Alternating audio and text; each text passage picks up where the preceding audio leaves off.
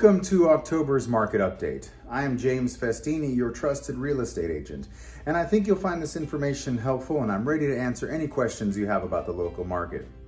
Let's take a look at residential real estate activity in Brea during the month of September. The number of active listings was up more than 200% from 1 year earlier and up 83% from the previous month. As you can see, the median listing price for the month was just under $1.05 million. Compared to last year, the average number of days units spent on the market before being sold was up 36%. The higher number of days may signal a slowdown in the local inventory turnover rate.